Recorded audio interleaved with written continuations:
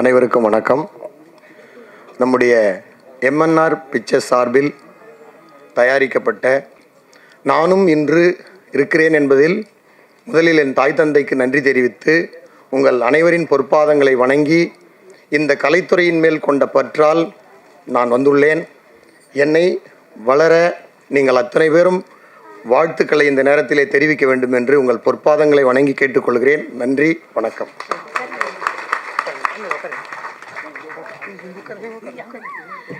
வள்ளிமலை வேலன் ஒரு அழகான தமிழ் பெயர். இந்த டைட்டிலே வந்து அவ்வளோ லட்சணமாக இருக்குது. அதையும் தாண்டி ஒரு கிராமத்தை சார்ந்த கதை.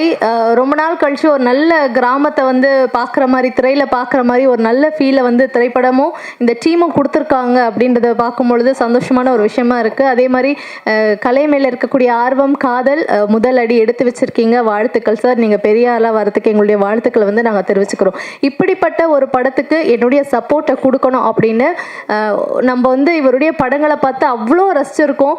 நான் முன்னாடியே சொன்ன மாதிரி குடும்பங்களாக வந்து போய் பார்க்கக்கூடிய படமாக இருக்கும். இந்த ஆக்ஷன், காதல் அந்த மாதிரி படங்கள் ஒரு பக்கம் இருக்கு. அதெல்லாம் தாண்டி எல்லாம் நடுத்தர குடும்ப மக்கள் எல்லாருமே வந்து ரசிக்கக்கூடிய வகையில் ஒவ்வொரு குடும்பத்தில் இருக்கக்கூடிய பிரச்சனைகள், அதுக்கான சொல்யூஷனுமே வந்து ரொம்ப அழகாக நமக்காக கொடுத்த ஒரு இயக்குனர் அப்படின்னா நம்மளுடைய திரு வி சேகர் சார் அவர்களை தான் சொல்லணும். ஸோ தயாரிப்பாளர், இயக்குனர் திரு வி சேகர் சார் அவர்களை படக்குழுவை வாழ்த்தி பேசுமாறு அன்புடன் அழைக்கிறோம்.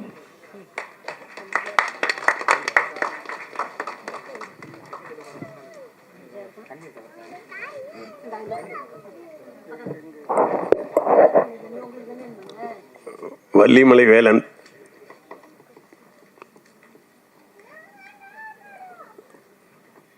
விழாவிற்கு சிறப்பிக்க வந்திருக்கக்கூடிய வெற்றி இயக்குனர் உதயகுமார்,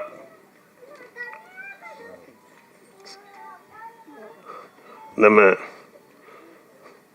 பேரரசு, இவங்கெல்லாம் மிகப்பெரிய வெற்றி படங்களை கொடுத்தவங்க. மங்கை ஹரிராஜன் சீரியல், சினிமா ரெண்டுலேயும் வெற்றி படம் கொடுத்தவர். இன்னும் நண்பர் தயாரிப்பாளர்கள்லாம் இருக்காங்க. எல்லாருமே தெரிஞ்சவங்க தான். எல்லார் பேரையும் நான் சொல்லிட்டா, நான் எப்பயுமே வந்து கூட்டத்தில் வந்து கடைசியாக தான் போவேன். எல்லாத்தையும் கேட்டுட்டு இன்றைக்கி முதல்ல அவசரமாக நான் ஒரு அப்பாயின்மெண்ட்டுக்காக போக வேண்டியதுனால நான் தனித்தனியாக பேர் சொல்ல முடியல. இந்த வெள்ளிமலை வேலன் வந்து படம் வெற்றி பெறணும். இது வந்து எடுக்கப்பட்டது வந்து இங்கன்னு சொல்லி கேள்விப்பட்டேன். நம்ம ஊர் வள்ளிமலை, வேலூருக்கு பக்கத்தில் இருக்கிற வெள்ளிமலையில். அது எங்கள் ஊர், திருவண்ணாமலைக்கு பக்கத்தில் இருக்கிற ஊர். இது இப்போ எதுவும் சில முருகன் சீசன் நினைக்கிறேன். இப்போ அதை ஒரு பக்கம் அரசியல்வாதிகளும் பார்த்தீங்கன்னா முருகன் மாநாடு போட்டுட்ருக்காங்க, மாறி மாறி போடுறாங்க இல்லையா. டெல்லியில் இருக்கிறவங்களாம் கூட விடுறதில்ல முருகனை. அகில உலக ஃபேமஸ் முருகன். இந்த சீசனில் முருகன் பேர் வச்சதுனால அவர் வெற்றி பெறுவார்ன்ற எனக்கு தோணுது. முருகன் தான் இப்போ சூப்பர் ஸ்டார் இன்றைய சூழ்நிலையில். ஆன்மீகத்துலேயும் சரி, அரசியலையும் சரி, சினிமாவுக்கு வந்துட்டார் அவர். அந்த வகையில் இந்த படம் வெற்றி பெறும். அது போடும்போது, நீங்கள் விளம்பரம் போடும்போது கூட அப்படி ஓரமாக ஒரு வேல் போட்டிருக்கீங்க. அது கொஞ்சம் முருகர் போட கொஞ்சம் ஒன்று போட்டுருங்க ஓரமாக. அதாவது ஆன்மீக படம் மாதிரி இருக்கக்கூடாது, ஆனால் முருகர் ஏதோ உங்கள் எம்பலம் மாதிரி இருக்கட்டும் ஒன்று. அதுக்கு வந்து சீசன் இருக்குது இப்போ. அதனால் இந்த படத்தில் இருக்கிற கதாநாயகி, தயாரிப்பாளரே கதாநாயகி. எப்பயுமே வந்து கதாநாயகன்னா எல்லாம் எம்ஜிஆர், சரோஜா தேவி மாதிரியே இருக்கணும்னு அவசியம் இல்லை. அந்த படத்துக்கு பொருத்தமாக இருக்கணும். அந்த படம் எடுக்கிறது கிராம படம்னா கிராமத்துக்கு பொருத்தமாக இருக்கணும். சிட்டி படம்னா சிட்டிக்கு பொருத்தமாக இருக்கணும். உலகம் சுற்று வாலிபன் மாதிரி இருந்தால் எம்ஜிஆர் மாதிரி தான் இருக்கணும். இல்லைன்னா உலகம் சுற்றி பார்க்கறதுல வேஸ்ட்டு இல்லையா. அந்த மாதிரி வீரபாண்டி கட்டபொம்மன்னா சிவாஜி மாதிரி ஒத்துருந்தா தான். அந்த மாதிரி இந்த படத்துக்கு ஏற்ற கதாநாயகிகள் புதுசு மாதிரியே தெரியல. நல்ல கூச்சம் இல்லாமல் நடிச்சிருக்காங்க, எல்லாம் பண்ணியிருக்காங்க. மற்றவங்களும் எல்லாருக்கும் இந்த டெக்னீஷியன்ஸ் எப்பயுமே என்ன பண்ணுவாங்கன்னாக்கா, அந்த நடிகர்களை மட்டும் பாராட்டிட்டு டெக்னீஷியன் விட்டுருவோம். ஏன்னா அவங்க பின்னாடி இருக்கிறாங்க, அவங்க தான் இயக்குறவங்க. மரத்துக்கு வேறு மாதிரி அவங்க. அந்த கேமராமேன், எடிட்டர், மொத்தம் அதில் இருக்கிற அனைத்து டெக்னீஷியனுக்கு என்னுடைய வாழ்த்துக்கள். இந்த படத்தை வந்து நீங்கள் வெளியிடும் பொழுது, இப்போயே கூட்டம் அதிகமாக இருக்குது, ஹவுஸ்ஃபுல்லாக இருக்குது. இது தேட்டரில் கொண்டு வர்றது எப்படின்னு தான் பார்க்கணும். நம்ம ஆள் பாதி ஆட பாதின்னு சொல்லுவாங்க. ஒருத்தர் படம் பாதி தான், படம் எடுக்கிறது பாதி தான், ஆனால் அதை ப்ரொமோட் பண்ணுறது பாதி. சில ஆள் வந்து ஆள் பார்த்தீங்கன்னா ரொம்ப வீக்காக இருப்பான். அவன் ட்ரெஸ்ஸு அவன் ஹேர் ஸ்டைலில் பார்த்தா இத்தனை பொண்ணு திரும்பி பார்க்க அவனை. ஆள் சாதாரண ஆளாக இருப்பான். சில பேர் அழகாக இருப்பான், ட்ரெஸ் பண்ண தெரியாது, நடக்க தெரியாது, பேச தெரியாது. அந்த மாதிரி ஆள் பாதி ஆடு பாதின்றது எந்த காலத்துலையுமே உண்டு. அந்த வகையில் படம் எடுத்தால் பாதி தான். இந்த படத்தை ப்ரொமோட் பண்ணுறது தான் நம்முடைய வெற்றி இருக்குது. இப்போ உதாரணத்துக்கு பள்ளிக்கூடத்தில் 6வது படிக்கிற பசங்களுக்கு ஒரு போட்டி வைப்பாங்க, 8 வரைக்கும் படிக்கிறவனுக்கு ஒரு போட்டி வைப்பாங்க, எஸ்எல்சி வரைக்கும் படிக்கிறவனுக்கு போட்டி வைப்பாங்க. அப்போ ஈஸியாக அந்த பசங்க ஜெயிச்சு வெளியில் வர்றதுக்கு நல்லாயிருக்கும். 6லேருந்து எஸ்எல்சி வரைக்கும் எல்லாருக்கும் ஒரே மாதிரி ஓட்டு பண்ணி வச்சா அவன் வீக்காக இருந்தால் கூட எஸ்எல்சி படிக்கிறவன் தான் ஜெயிப்பான். 6வது படிக்கிறவன் என்ன தான் ஒன்றாலும் அந்த பெரிய பசங்க கூட போட்டி போட முடியாது. ஒரு காலகட்டத்தில் இங்கெல்லாம் சில்வர் ஜூபிலி படம் கொடுத்துவார் உதயகுமார்லாம். அவர் படம்லாம் தெரியும் உங்களுக்கு, நல்லா தெரியும் உங்களுக்கு. சார் இந்த இவர் பேரரசு, விஜயகாந்த் எல்லாருக்கும் நல்ல நல்ல படம் கொடுத்தாங்க. இவங்க படங்கள்லாம் மிகப்பெரிய வெற்றி பெற்றது. ஆனால் அதே அவங்கெல்லாம் இப்போ படம் எடுத்து ரிலீஸ் பண்ணால் கூட ஜெயிக்கிறது கஷ்டம். என்ன காரணம்?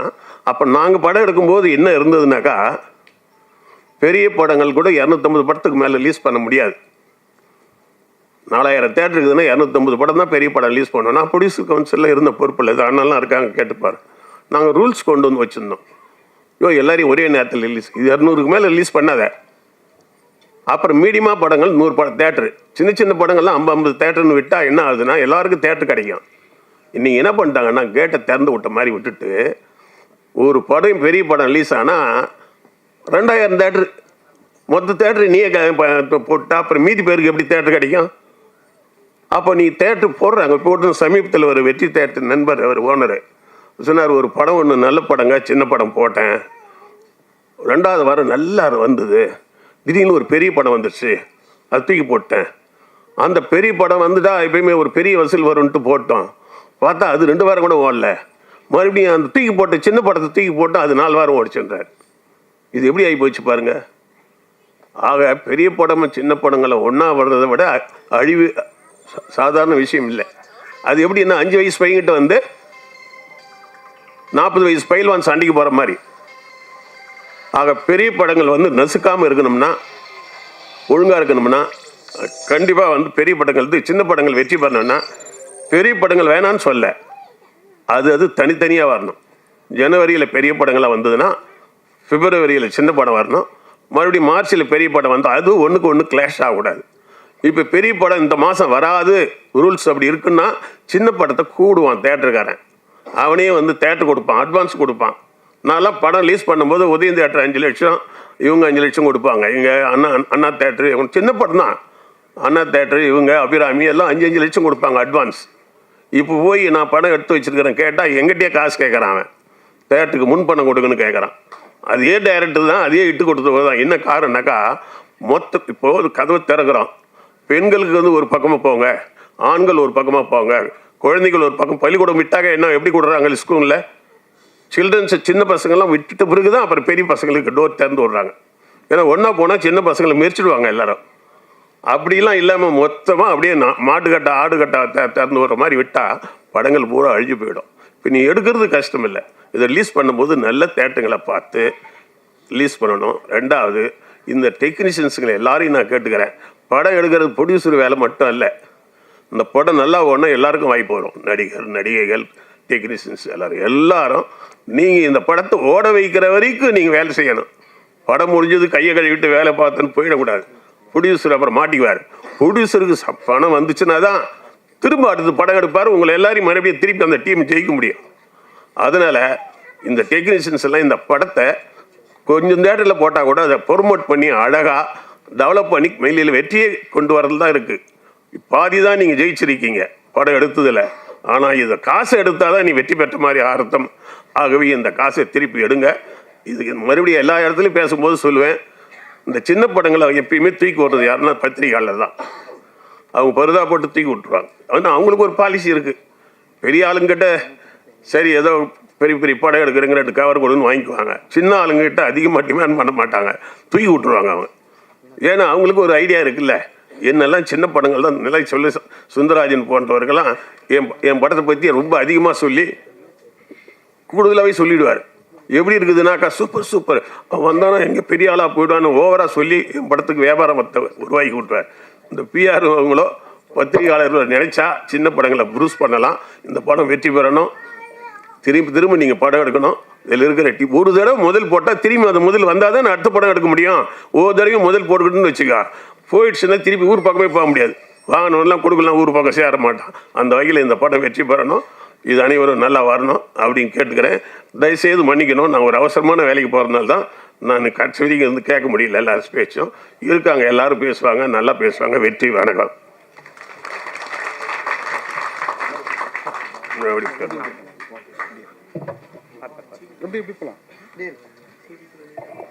Thank you sir, thank you so much sir. அடுத்ததாக Tamil Nadu union journalist state president Thiru TSR Subash அவர்களை பேசுமாறு அன்புடன் அழைக்கிறோம்.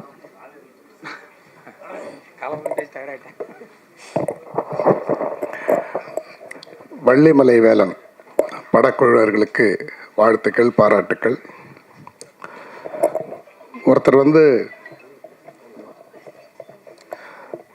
வந்து 30 வருஷமாக காலில் செருப்பு கூட போடாமல் ஒரு பெரிய லட்சியத்தோடு இருக்கார். மோகன், நீங்கள் செருப்பு போட்டு எத்தனை வருஷம் ஆச்சு சொல்லுங்கள்? 30 வருஷம் ஆச்சு. 30 வருஷமாக ஒருத்தர் நான் இயக்குனர் ஆகாமல் செருப்பு போட மாட்டேன்னு இருக்கார்.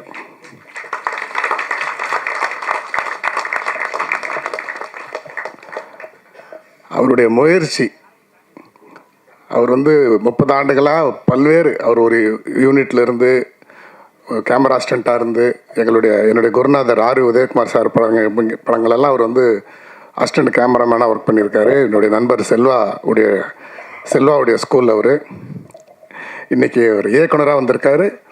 அவர் ஒரு படத்தை இன்றைக்கி வந்து டைரக்ட் பண்ணியிருக்கார். அதாவது ஒருத்தர் 30 வருடமாக ஒரு மனிதர் தான் கொண்ட லட்சியத்துக்காக காலில் செருப்பு போடாமல் அந்த வெறியோடு இன்றைக்கி வந்து ஒரு சக்ஸஸ் பண்ணியிருக்காருன்னு சொன்னால், அவருக்கு அந்த வாய்ப்பை கொடுத்த தயாரிப்பாளர்களுக்கும் அவருக்கு ஒத்துழைப்பு கொடுத்த அனைவருக்கும் முதல் இந்த இடத்துல நன்றியை தெரிவிச்சுக்கிறோம்.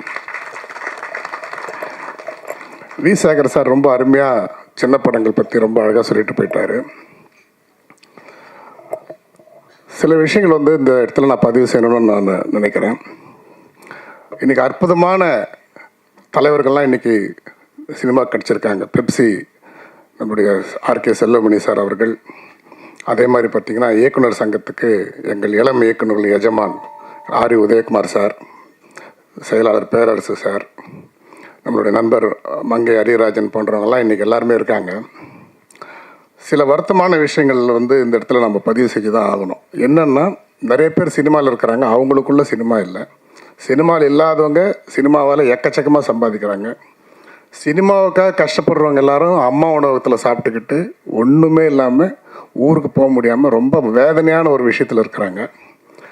படம் எடுத்த தயாரிப்பாளர்கள், இப்போ டைரக்டர் சொல்லிட்டு இருந்தார், அவங்க படம் எந்த தேட்டர் ரிலீஸ் ஆகுதுன்னு அவங்களுக்கே தெரியல, தகவல் தெரிஞ்சு ஓடி போய் பார்க்குறாங்க, அப்படி ஒரு நிலை இருக்குது அப்படின்னு சொல்கிறாரு. இதில் வந்து பார்த்திங்கன்னா வந்து படத்தை விட பாப்கார்ன் விலை ஜாஸ்தியாக இருக்குது, பாப்கார்னோட பார்க்கிங் விலை ஜாஸ்தியாக இருக்குது. இதில் வந்து ஒரு ஃபேமிலியோடு ஒருத்தர் படம் பார்க்கணுன்னா 2000 ரூபாய் தேவைப்படுது. அது முடிஞ்சு அந்த குழந்தைங்களோட அவன் ஒரு மான மரியாதை வீடு போய் சேரணுமானா கிடையாது. அவனை வெளியில் அனுப்புறது பார்த்திங்கன்னா, அவன் கேஎஃப்சியில் பூந்து ஏகப்பட்ட ஹோட்டல் வழியாக போய் காம்ப்ளெக்ஸ் பூரா சுற்றி அவன் வெளியில் போகிறதுக்குள்ளே ஒரு வழி ஆகிடுவாங்க. இப்படிப்பட்ட ஒரு சூழல் தான் இந்த இடத்துல இருக்குது. இதில் வந்து பார்த்திங்கன்னா எப்படி வந்து சென்சார் ஒரு மக்கள் பார்த்து முடிவு பண்ண ஒரு விஷயத்த ஒரு தனி குழு கூப்பிட்டு எப்படி முடிவு பண்ணுறாங்களோ, அதே மாதிரி நிறைய விமர்சனங்களும் பார்த்திங்கன்னா மக்கள் முடிவு பண்ணி ஒரு படத்தை சொல்கிறது வேறு, மக்களை போக விடாமே வந்து அதுக்கு முன்னாடி கருத்தை சொல்கிறேன்னு சொல்லிட்டு அதுலேயும் நிறைய பெய்டு ஜேர்னலிசம்னுடைய ரொம்ப அவங்களுடைய ஆக்கிரமிப்பு ஜாஸ்தி ஆகிட்டு நிறைய படங்களை வந்து பார்க்குறதுக்கே, ஏன்னா இவங்க என்ன பண்ணிடுறாங்கன்னா இவ்வளோ எக்ஸ்பென்ஸுங்கிறதுனால பார்க்கலாமா வேணாமான்னு முடிவு பண்ணிட்டு போகிற ஒரு சூழல் வந்து கொண்டாந்து வச்சிடுறாங்க. அப்படி போகிறதுக்கு காரணம் அவ்வளோ எக்ஸ்பென்ஸ் ஆகிறது தான் காரணம். அதனால் வந்து செலக்ட் பண்ணி போகலாம், பெரிய ஹீரோஸ் படம் தான் போயே ஆகணும், மற்றதெல்லாம் பார்த்துட்டு போகலாம். வி சேகர் சொன்ன மாதிரி ஒரு படம், சின்ன படம் வந்து அது நல்ல படம், அருமையான படம்ன்ற டாக்கு ஜனங்களுக்கு வந்து அவங்க போகும்போது பார்த்தா தேட்டரில் இருக்கிறது கிடையாது. இன்றைக்கி வந்து சினிமாவுக்கு சம்மந்தம் இல்லாதவங்களாம் சினிமாவால் சம்பாதிச்சிக்கிட்டு இருக்காங்க. உதாரணத்துக்கு பார்த்திங்கன்னா புக் மை ஷோ, ஒரு ரயில்வேல பார்த்தீங்கன்னா ஒரு கூப்பனில் 5 டிக்கெட் புக் பண்ணலாம். 5 டிக்கெட்டுக்கான ரிசர்வேஷன் சார்ஜஸ் பார்த்தீங்கன்னா வெறும் 10 ரூபாய் தான் சர்வீஸ் சார்ஜ் இருக்கும். ஆனால் புக் மை ஷோவில் ஒரு குடும்பத்தில் 10 பேர் படம் பார்க்குறாங்கன்னா 10 பேர் 30 ரூபா தரணும். இது எவ்வளோ ஒரு கொடுமையான ஒரு விஷயம். நம்ம ஒரு 200 கொடுத்து ஒரு படத்துக்கு போகிறோன்னு சொன்னால் அதில் ப்ரொடியூசருக்கு போகிற காசு எவ்வளோ? நான் அந்த படத்துக்காக தான் போகிறேன், அந்த தேட்டருக்காக நான் போகிறதில்ல. நான் படத்துக்காக தான் போகிறேன், அந்த இயக்குனரை விரும்பி போகிறேன், அதில் நடிகரை நம்பி போகிறேன், அந்த படத்துக்காக நான் போகிறேன். ஆனால் அதில் போடுற ஸ்லைடுக்கும் அதில் போடுற ஆடுகளுக்கும் ஏதாவது நம்ம ப்ரொடியூசருக்கு யாருக்காவது சம்மந்தம் இருக்கா? எதுவுமே கிடையாது. இன்னும் சொல்லப்போனால் நம்மளுடைய காப்பிரைட் பிரகாரம் ஒரு படம் ஃபஸ்ட் ஹாஃப் முடிஞ்சு செகண்ட் ஹாஃப் நடுவில் ஒரு சைலன்ஸ் இருக்கணும். நம்ம ஸ்கிரிப்ட்லேயே டைரக்ஷனில் டிஸ்கஷனில் ஃபஸ்ட் ஹாஃப் செகண்ட் ஹாஃப்னு பிரிக்கிறதும் 2 hours கிளைமேக்ஸு ஸ்ட்ரெயின் ஆகிடும், இங்கே காமெடி வரணும் அது வரணும், இதெல்லாம் பண்ணுறது எதுக்கு? ஆனால் இப்போ பார்த்தீங்கன்னா அங்கேயே ஆர்டர் பண்ணுறதும் படம் பார்த்துட்டு இருக்கும்போது எடுத்து வந்து டெலிவரி பண்ணுறதும், இதை இவனுக்கு பாப்கார்ன் தின்றதுக்கும் பெப்சி குடிக்கிறதுக்கு தான் போகிற மாதிரி அங்கே அந்த இடத்துல இன்றைக்கி கார்பரேட்டுகளுடைய தேட்டர்ஸ் அப்படி தான் இருக்குது. அதில் வந்து பார்த்திங்கன்னா உங்களுக்கு வந்து நான் ஸ்டாப்பாக கேப்பே இல்லாமல் நடுவில் ஆடு போடுறது, ஸ்லைடு போடுறது, ஒரே ஷவுட்டிங்கு. ஆக்சுவலாக பார்த்தா இதுக்கு யாராவது ஒருத்தர் வந்து இது பெரிய லெவலில் இது வந்து கேஸ் போட்டு தடுக்கணும் இது எல்லாத்தையும். ஏன்னா கம்பல்சரி ஒரு 15 minutes வந்து சைலன்ஸ் இருக்கணும், அதுக்கப்புறம் தான் செகண்ட் ஹாஃப் ஸ்டார்ட் பண்ணணும், அதுதான் ரூல். இந்த மாதிரி சில விஷயங்கள் எல்லாத்தையும் வழிமுறைப்படுத்தணும். சம்மந்தம் இல்லாத வந்து ஒரு டெக்னாலஜி இருக்கிறவங்க சம்பாதிக்கிறதும் புக் மை ஷோவில் இருக்கிறவங்க சம்பாதிக்கிறதும் அவ்வளோ எதுக்கு? ஃபிலிம் ஃபெஸ்டிவல் வந்து திரைப்படம் சம்மந்தப்பட்டவங்க தான் எடுத்து நடத்தணும். கவர்மெண்ட் வந்து 80 lakhs கொடுக்குறாங்க.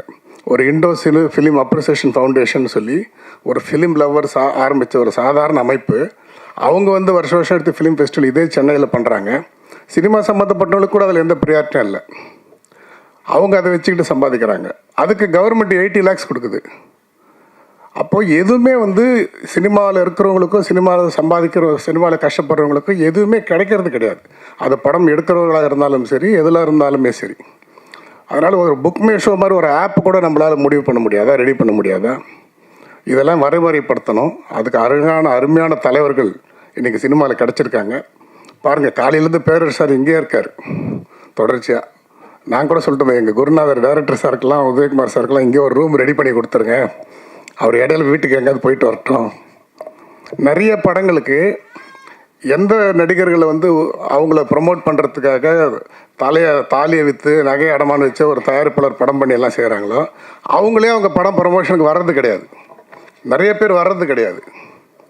ஆனால் அப்படி இருக்கும்போது சம்மந்தமே இல்லை, ஒரு சின்ன படம் கஷ்டப்பட்டு பண்ணுறாங்க, இவங்களை சப்போர்ட் பண்ணுங்கிறதுக்காக ஒரு இயக்குனர் சங்க தலைவர் இன்றைக்கி எவ்வளோ பெரிய ஹிட்டு, நடிகர் திலகம்லேருந்து இன்றைக்கி இருக்கக்கூடிய எல்லா சூப்பர் ஸ்டார்களையும் இயக்கிய ஒரு திரைப்பட கல்லூரியிலேருந்து வந்த ஒரு இயக்குனர்னால் அது வந்து ஆர் உதயகுமார் சார் தான்.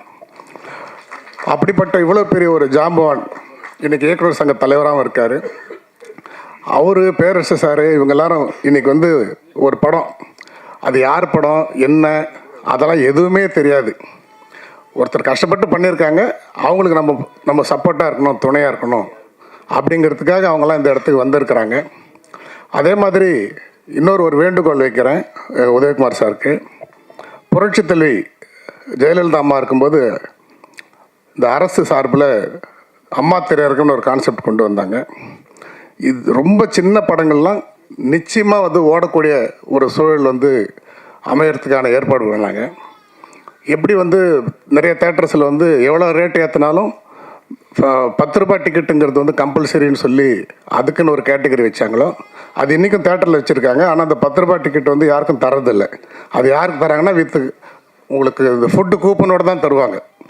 படம் பார்க்குற டிக்கெட்டு 10 ரூபாய்னா கூப்பன் 400 ரூபாய் அப்படி தான் அது தராங்க. அது வெளியில் யாருக்கும் தரதில்லை, அவங்களுக்குள்ளே கொடுத்துக்குவாங்க. ஆனால் அந்த அம்மா திரையரங்குன்ற கான்செப்ட்டு அவங்க கொண்டு வந்து இம்ப்ளிமெண்ட் பண்ணும்போது அவங்களுக்கு உடம்பு சரியில்லாமல் போயிடுச்சு. அதனால் அது நின்று போச்சு. அது மட்டும் வந்திருந்தால் இன்றைக்கி வந்து இந்த தேட்டர் டாமினேஷனுங்கிறது இந்த அளவுக்கு வந்திருக்காது. எல்லா படங்களும் ஓடுறதுக்கான ஒரு தளம் அது வந்து ஏற்படுத்தி தரும். அந்த கான்செப்டை இன்றைக்கி இருக்கக்கூடிய தலைவர்களாரும் சேர்ந்து திருப்பி இம்ப்ளிமெண்ட் பண்ணி கொண்டு வந்தோம்னா நிச்சயமாக சின்ன படங்களுக்கும் வந்து எல்லா தேட்டர்ஸும் கிடைக்கும். இன்னொன்று வந்து தான் பெரிய ஸ்டாரு, தான் அடுத்த முதலமைச்சர் ஆகணும், இப்படியெல்லாம் கனவு காண்றாங்க நிறைய பேர். அப்படி உண்மையிலே அவ்வளோ பெரிய ஸ்டாரு, அவங்களுக்கு அவ்வளோ ஃபேன்ஸ் இருக்கிறாங்கிறது உண்மையாக இருந்தால் அவங்க வந்து 11 மணி ஷோ, 2 மணி ஷோ, காலையில் 10:30 மணி ஷோவில் அவங்க படத்தை போடுறதுக்கு கொண்டு வரணும், ஒத்துக்கணும். அதை விட்டுட்டு ப்ரைம் ஷோஸு ப்ரைம் தேட்டர்ஸ் எல்லாம் வந்து அவ்வளோ பெரிய பெரிய ஸ்டாருங்களை எடுத்துக்கிட்டு கஷ்டப்பட்டு ரொம்ப போராடி வர சின்ன படங்களை எடுத்துன்னு போயிட்டு காலையில் 11 மணிக்கு தர்றது, 10 மணிக்கு தர்றது, மத்தியானம் 2 மணிக்கு தர்றது தான் எப்படி வந்து பார்க்க வருவாங்க? ஸோ இப்படிப்பட்ட ஒரு சூழல் இங்கே இருக்குது. அதனால் வந்து இவங்கெல்லாம் வந்து இவ்வளோ கஷ்டப்பட்டு இவ்வளோ செலவு பண்ணி ஒரு நம்பிக்கையில் இது போன்ற தயாரிப்பாளர்கள்லாம் நிறைய இளம் கலைஞர்களை ஒரு 30 வருஷமாக செருப்பு போடாத ஒருத்தருக்கு கூப்பிட்டு இன்றைக்கி ஒருத்தர் லைஃப் கொடுத்துருக்காங்க. இவ்வளோ டெக்னீஷியன்ஸ் இன்றைக்கி வந்து இந்த படத்து மூலமாக கொண்டு வந்திருக்காங்க. இவங்கெல்லாம் வந்து வெற்றி பெற்றாங்கன்னா, இவங்களுக்கெல்லாம் முதலீடு பண்ண பணங்கள் திருப்பி வந்துச்சுன்னா இதே மாதிரி இன்னும் நிறைய பேர் அவங்க உருவாக்குவாங்க. நிறைய பேர் வர வர வர தான் இந்த துறை வளரும். இது வெற்றிங்கிறது 2 வகை இருக்குது. எல்லாரையும் கூட்டிகிட்டு போய் ஜெயிக்கிறது ஒரு வெற்றி, எல்லாரையும் கொண்டுட்டு ஜெயிக்கிறது ஒரு வெற்றி. அலெக்சாண்டர் போன்றவர்கள் எல்லாரையும் கொண்டுட்டு ஜெயிச்சவங்க, நபிகள் நாயகம் இயேசுநாதர் போன்ற எல்லாரையும் கூட்டிகிட்டு போய் ஜெயிச்சவங்க தான் வணங்கப்படுவார்கள். அது எல்லாரும் வணங்கப்பட வேண்டும். அப்படிப்பட்ட வெற்றிக்கு பத்திரிகையாளர்கள் அனைவரும் இது போன்ற சிறிய படங்களுக்கு ஒத்துழைப்பு தர வேண்டும். நிறைய இந்த விமர்சனங்கள், இந்த பெய்டு இதெல்லாத்தையும் விட்டுட்டு அவங்க போராடி வரட்டும். ஜனங்க பார்த்துட்டு முடிவு பண்ணிட்டோம், வேணாம் நல்லா இல்லை அப்படின்னு அவங்க சொல்லட்டும். பார்க்குறதுக்கு முன்னாடி இது வேஸ்ட்டு, இது பார்க்குறதுக்கு தேவையில்லாத வேலைன்ற மாதிரிலாம் ரொம்ப நெகட்டிவாக சொல்லி அப்படி அதனால் வந்து எந்த விதமான பலனும் இல்லை. அவங்க முடிவு பண்ணிட்டோம். மக்கள் வந்து ஒரு படத்தை வேணான்னு சொன்னால் அதை 100% ஏற்றுக்கிறதுக்கு எல்லா கலைஞர்களும் தயாராக இருக்கிறாங்க. அதை பார்க்கவே கூடாதுன்னு தடுக்கிறத 1% கூட யாரும் ஏற்றுக்க முடியாது. அது போன்ற விஷயங்களை செய்ய வேண்டாம். சிறிய படங்களுக்கான அங்கீகாரத்தை எல்லாம் கொடுக்க வேண்டும். அதே மாதிரி இந்த அம்மா தெரியாருங்க போன்ற அந்த கான்செப்டை கொண்டு வந்து எல்லா படங்களுக்கும் எல்லாருக்கும் தேட்டர் கிடைக்கக்கூடிய ஒரு சூழல் ஏற்படுத்தணும். சினிமாவில் கஷ்டப்படுறவங்களுக்கான பலன் சினிமாவில் இருக்கிறவங்களுக்கே கிடைக்கணும். புக் மை ஷோ போன்றவர்கள், இந்த மாதிரி கியூப் போன்றவர்கள், சினிமாவுக்கு சம்மந்தம் இல்லாத கார்ப்பரேட் முதலாளிகள் இவர்களுடைய ரத்தத்தை சுரண்டி அவர்கள் மட்டும் வாழ்வதை தடுக்கிறதுக்கு எல்லாரும் ஒரு அணியில் திரண்டு அதற்கான விஷயத்தை ஏற்படுத்தணும்னு சொல்லி கேட்டுக்கிட்டு படக்குழு அனைவருக்கும் நன்றி கூறி விடைபெறுகிறேன். நன்றி, வணக்கம். Thank you sir, thank you so much. So அடுத்ததாக இங்கே வந்து பேசக்கூடியவர் பார்த்தீங்கன்னா, கிராமத்து கதைகளை வந்து உருவாக்குவதில் கிங் மேக்கர் அப்படின்னு தான் சொல்லணும். குடும்பமாக பார்க்கக்கூடிய படங்களை மட்டுமே கொடுத்த ஒரு இயக்குனராக இருக்கார். அது மட்டும் இல்லை, இந்த மாதிரி படங்கள் வரும்பொழுது ஆடியோ லான்ச்லாம் நடக்கும்போது தன்னுடைய சப்போர்ட்டை வந்து தெரிவிக்கிறதுல முதலாராக இருக்கக்கூடிய தமிழ் திரைப்பட இயக்குனர்கள் சங்கத்தின் தலைவர் இயக்குனர் திரு ஆர்.வி. உதயகுமார் சார் அவர்களை பேசுமாறு அன்புடன் அழைக்கிறோம்.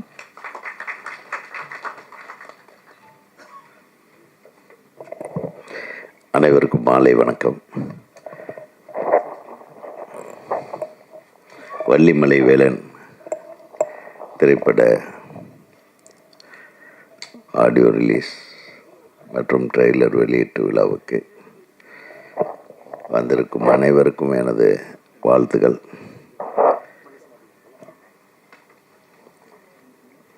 நாகரத்தினம் தயாரிப்பு நடிப்பில் நம்ம இயக்குனர் எஸ். மோகன் அவர்களுடைய இயக்கத்தில் பாட்டு பார்த்தேன். பாட்டு ரொம்ப நல்லா தான் இருக்குது. அந்த அப்பா பாட்டு ரொம்ப டச்சிங்காக இருந்தது. அப்பா பாட்டு எழுதுனது யார்? யார் பாடினது? நம்ம எஸ்.என். சுரேந்தர் அவர்கள் வருகை தந்திருக்கிறார். சரி சரி சாமி. அப்பா சுரேந்தர் எப்போ பார்த்தது? என் படத்தில் 5 விரல் கெஞ்சதடி பாட்டு பாடினார் ஒரு தடவை. என்னுடைய முதல் படத்தில் நான் இவருக்கு பாட வாய்ப்பு கொடுத்தேன். அப்போ தெரியாது இவரு தான் விஜய்க்கு மாமான்னு எல்லாம் தெரியாது. ஆமாம், அதுக்கு நன்றி தெரிவிக்கிற விதமாக என்னுடைய ரிசப்ஷனில் இவர் வந்து பாட்டு கச்சேரி பண்ணி கொடுத்தாரு, காசு வாங்காமல். அதுதான் உண்மை. அப்படி நண்பர்கள் நாங்கள். ஸோ பார்த்தீங்களா, சினிமா எவ்வளோ அழகான லிங்க்குகள் இருக்குது பாருங்கள். இது அழகான உறவுகள் இருக்குது. அதனால் போகிற போக்கில் எல்லாம் பண்ணுங்கன்னு சொல்லிட்டு போகிறதில்ல, பண்ணுறதுக்கு வழியே சொல்லணும். அந்த இதுக்கு முன்னாடி பேசிட்டு போனார் என் அன்பு சகோதரர். குடும்ப படங்களை தயாரித்து இயக்குவதில் பெயர் போன திரு வி. சேகர் அவர்கள் சொன்னார். அவர் படம் பண்ணுறப்போ இருந்த சூழ்நிலை, இப்போ படம் பண்ணுறப்போ இருக்கிற சூழ்நிலை, அப்போ படம் வெளியாகிறதுல இருந்த சூழ்நிலை, இப்போ இருக்கிற சூழ்நிலை, இது காலங்காலமாக மாறிக்கிட்டே இருக்கும். ஆனால் இப்போ ரொம்ப மோசமாக மாறி இருக்கு. அதான் மேட்ரு. எல்லோரும் இதெல்லாம் நீங்கள் கரெக்ட் பண்ணணும்னு அவர் சொல்லிட்டு போயிட்டார்.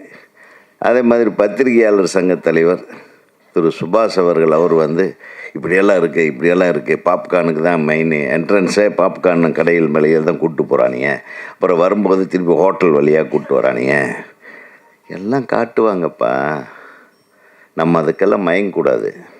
அப்புறம் இந்த சினிமாவை வந்து சினிமா சம்மந்தப்பட்ட ஆள்கள் எதுவுமே அனுபவிக்கிறது இல்லை. சினிமாவுக்கு சம்மந்தம் இல்லாமல் இதெல்லாம் யார் பண்ண வேலை? இதெல்லாம் கவர்மெண்ட் பண்ண வேலைங்க. கவர்மெண்ட்டு தான் வந்து இதுக்கு துணை நின்று இது எப்படி கரெக்ட் பண்ணணும்னு செய்யணும், எந்த கவர்மெண்ட்டாக இருந்தாலும். சினிமாக்காரனுடைய வியாபாரத்தை சினிமாக்காரன் பார்க்கணும். அரசியல்வாதி வந்து சினிமா வியாபாரம் பார்த்தா சரியாது, அது இப்படி தான் இருக்கும். அதையே ஓப்பனாக சொல்ல மாட்டேன்றீங்க. சினிமாக்காரன் அந்த காலத்தில் நம்ம திரைப்படங்கள் ஒரு இயக்குனர், உதவி இயக்குனர்கள் உட்காந்து கதை பண்ணுவோம். தயாரிப்பாளர் கதை ரெடிங்களா, அவுட்லைனு ஹீரோக்கிட்ட சொல்லிட்டிங்களா? ஹீரோ அவ்வளோ சீக்கிரம் கதையெல்லாம் ஓகே பண்ண மாட்டாங்க. அப்புறம் ப்ரொடியூசர் கேட்பார். இப்போல்லாம் எல்லாருமே கேட்பாங்க. அப்புறம் எங்கள் சில ப்ரொடியூசர்கள் எதுக்கும் ஒரு வார்த்தை நம்ம டிஸ்ட்ரிபியூட்டர்கிட்ட ஒரு தடவை ஒரு நாள் சொல்கிறீங்களாம்பார். அந்த டிஸ்ட்ரிபியூட்டர்களுக்கு கூட அந்த கதை ஞானம் இருக்குது. ஆக மொத்தம் எல்லாரும் ஒரு குடும்பமாக இருந்து உருவாக்கின கதைகள் மட்டும்தான் இன்றளவுக்கும் பேசப்படுகிறது. இன்றைக்கி உதயகுமாருக்கு ஒரு பேர் இருக்குது, அல்லது உதயகுமார் இந்த மாதிரி வெற்றி படங்களை கொடுத்தவர், விஜயசேகர் வெற்றி படங்களை கொடுத்தவர், பேரரசு அவர்கள் வெற்றி படங்களை கொடுத்தவர் அப்படின்னு ஏன் சொல்கிறாங்கன்னா, அந்த படத்தை எடுத்தவன் மட்டும் லாபம் இல்லை, நடிகருக்கு லாபம், டைரக்டருக்கு லாபம், தயாரிப்பாளருக்கு லாபம், டிஸ்ட்ரிபியூட்டருக்கு லாபம், தியேட்டரில் போட்டவனுக்கு லாபம், பார்த்தவனுக்கு மனதளவுக்கு சந்தோஷப்பட்டது ஒரு மிகப்பெரிய லாபம். இத்தனை பேர் லாபம் சம்பாதிச்சதுனால தான் அந்த படத்தை எடுத்த இயக்குனரோ, அந்த படத்தை தயாரித்த தயாரிப்பாளரோ, அந்த படத்தில் பணியாற்றிய கலைஞர்களுக்கோ, தொழில்நுட்ப கலைஞர்களுக்கோ இன்றளவுக்கும் பேர் இருக்கிறது. இப்போ இது எப்படி ஈக்குவலாக டிஸ்ட்ரிபியூட் ஆச்சு? அதுக்கு பத்திரிகையாளர்கள் தான் மெயின். ஒரு படத்தை நான்லாம் வந்து சின்ன கவுண்டர் படத்தை எல்லா பத்திரிகையாளர்கிட்டையும் இன்டர்வல் வரையிலும் கதையை சொல்லிட்டேன். எங்கே கூப்பிட்டு பொள்ளாச்சியில் ஒரு ரூம் போட்டு எல்லாத்துக்கும் ஒரு 40 பேர் இருப்பாங்களா? எப்படி நம்ம 20 பாருங்கள் கணக்காக சொல்கிறாங்க. அத்தனை பேர்த்துக்கு கதை தெரியும். இன்றைக்கி எந்த டைரக்டராவது ஓப்பனாக கதையை எவனாச்சுக்கிட்டு சொல்ல முடியுமா? சொல்லுங்கள். அது யாருக்கிட்ட சொல்லியிருக்கேன்? என்னுடைய பத்திரிகை நண்பர்களை பற்றி எவ்வளவு கண்ணியமானவர்களாக இருந்தோம். அப்போ இன்னைக்கு இல்லையா? இன்னைக்கு ஒரு சிலர் கண்ணியமாக இல்லை. அதனால் மற்றவங்க கண்ணியமாக இருக்கிறதா இருக்கக்கூடாதான்னு தெரியாத கன்ஃபியூஷனில் இருக்காங்க. சினிமா எங்கே சரி செய்யப்பட வேண்டுமோ, ஒரு சினிமாவுக்கு வந்து அந்த காலத்தில் சொல்லுவாங்க, இந்த பராசக்தியே எடுத்துக்கங்க, ஒரு 10-15 நாள் ஷூட் பண்ணிட்டு இந்த படமெல்லாம் வேண்டாம் அப்படின்னு ஏவி மேயப் செட்டியார் சொல்லிட்டார். சிவாஜி வேண்டாம், இந்த படத்தை அப்படியே தூக்கி போடுங்க. அப்புறம் இன்னொரு இணை தயாரிப்பாளர், அவர் பேர் என்ன, பெருமாள் முதலியார், அவர் வந்து படத்தை பார்த்துட்டு இல்லை சிவாஜி தான் இருக்கணும், இந்த படத்தை திருப்பி எடுக்கணும், அப்படி ஒரு கருத்து மோதல்கள் வந்து அதன் விளைவாக ஒரு நல்ல விஷயங்களை, ஒரு நல்ல ரிசல்ட்டை கொண்டு வந்து ஒரு படத்தை உருவாக்கின காலங்கள் வேறு. இன்றைக்கி தயாரிப்பாளருக்கு என்ன அவங்க படம் எடுக்கிறாங்கன்னு அவங்களுக்கே தெரியல. பெரிய படங்கள் எடுக்கிற தயாரிப்பாளர்கள் அப்படி தெரிஞ்சுக்கணுன்னு ஆசைப்பட்டாங்கன்னா அவங்க படம் பண்ண முடியாது. புரியுதா? இப்போ யாருக்கு தெரியும்? ஆண்டவனுக்கு தான் தெரியும். சரி, அப்படி இல்லை. சின்ன படங்கள் அவன் வந்து அந்த தொப்புள் கொடியிலிருந்து அப்படியே போட்டு வளர்த்து எடுத்து அதை எப்படியாவது ஒரு கதை பண்ணணும், இப்படி ஒரு கதை பண்ணோன்னு அவன் தவம் இருந்து கொண்டாந்து அது ஒரு நல்ல படத்தை ஒரு நல்ல தயாரிப்பாளர் கிடச்சி பல கஷ்டங்களுக்கு நடுவில் ஒரு படத்தை தயாரித்து முடித்தவனுக்கு தேட்டர் கிடைக்கிறதில்ல. தேட்டரு இந்த மாதிரி தேட்டரு கிடைக்காததுக்கு காரணம் என்ன? இந்த டிக்கெட் விற்கிறதுக்கு காரணம் என்ன? ஏன் அது இது எல்லாம் சரிப்படுத்தக்கூடிய ஒரே ஒரு ஆள் சினிமா இண்டஸ்ட்ரியில் அரசாங்கத்தையும் விட தயாரிப்பாளர் தான். இன்றைக்கி அந்த தயாரிப்பாளர் சங்கம் எப்படி இருக்குது பாருங்கள், பாவமாக இருக்குது.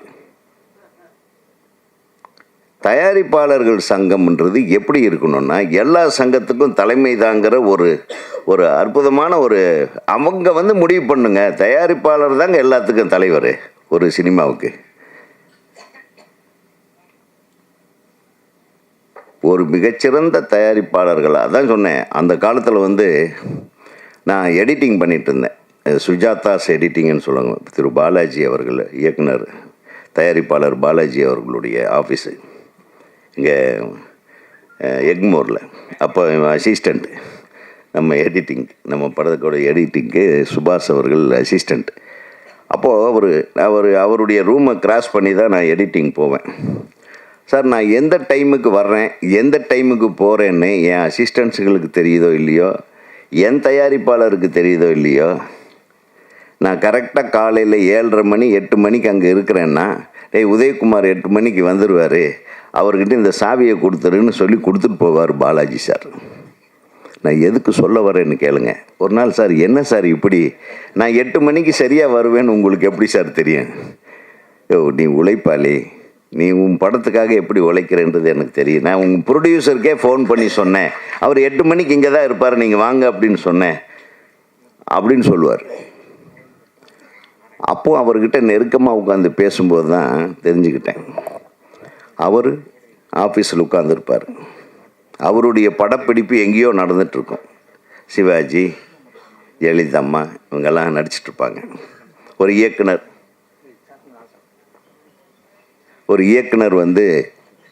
இயக்கிட்டுருப்பார்.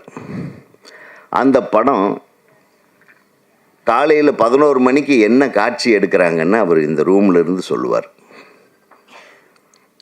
எந்த ஷாட் எடுத்துகிட்ருப்பாங்க, 11 மணிக்கு அந்த சீன் ஆரம்பிச்சிருவாங்க, 2 மணிக்கு இந்த சீனு, கரெக்டாக 5 மணிக்கு என்னப்பா ஷூட்டிங் முடிஞ்சிருச்சான்னு இங்கேருந்து ஃபோன் பண்ணுவார். ஊட்டியில் இருந்தாலும் சரி, கொடைக்கானலில் இருந்தாலும் சரி.